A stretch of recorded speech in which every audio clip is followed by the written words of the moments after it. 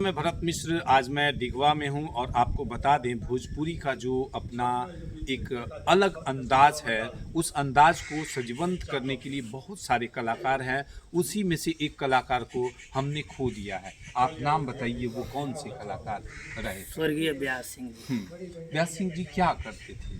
व्यास सिंह जी संगीत के बहुत अच्छे गायक थे और बहुत अच्छे ढोलक वादक थे।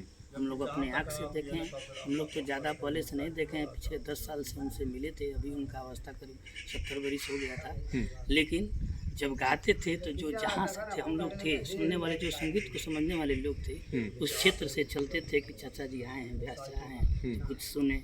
और कुछ हम लोग गाते थे तो वो बजाते थे, और अच्छे अच्छे गायक जब वो बजाते थे तो हम तो अपने आँख से देखें पूरा छोड़ा। अच्छा मुन्ना जी, ये बताइए, लोग कहते हैं कि जो संगीत प्रेमी या फिर कला प्रेमी लोग रहते हैं वो खाना पीना छोड़ के गाना पर चले जाते हैं, ये बात संगीत सच है? सच है, बात सत्य है कि ये जो संगीत प्रेमी है वो संगीत ही उनका भोजन है, संगीत ही सब कुछ है। तो व्यास जी से आपकी मुलाकात कब हुई थी और फिर व्यास जी को आपने अपना आदर्श कैसे मान लिया?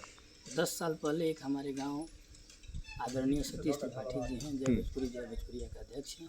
उन्हीं के घर हर साल लगभग छठ के 2 दिन बाद जो होता है, क्या बोलते हैं उनको, नमी नहीं बोलते हैं, होता है अक्षनमी को, वहाँ कीर्तन होता है। अच्छा। उसी में पंडित चुमन मिश्र जी हमारे गुरुदेव हैं, पूज्य हैं, और वहीं लेकर आए थे व्यास सिंह जी को। और बहुत अच्छे गा रहे थे, तो हम लोग पूछे कि कौन है, तो व्यास सिंह जी हैं, कहाँ में इनका घर है, तो वहीं हम लोग अपनी अदा से सुरों का जादू बिखेरने वाले एक महारत हासिल गायक को हम लोगों ने खोया है।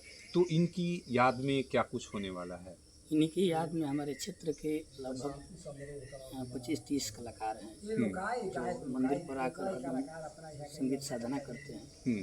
वो सारे लोग मिलकर बोले कि एक उनके नाम पर, उनके याद में एक यहाँ प्रोग्राम है, तो 17 तारीख का वहाँ का ब्रह्म भोज है वहाँ पे कांवे में, और 18 तारीख को डिगवा में, डिगवा भोरे गोपालगंज में दिगंबेश्वर महादेव के प्रांगण में भजन संध्या रखा गया। भजन संध्या में और कौन कौन से कलाकार आने की संभावना है, ये जरा दर्शकों को बता दीजिए। पंडित राम प्रकाश मिश्रा जी, पंडित ए के दुबे पप्पू जी, और चंद्रमोहन श्रीवास्तव जी। कहाँ से आ रहे हैं लोग?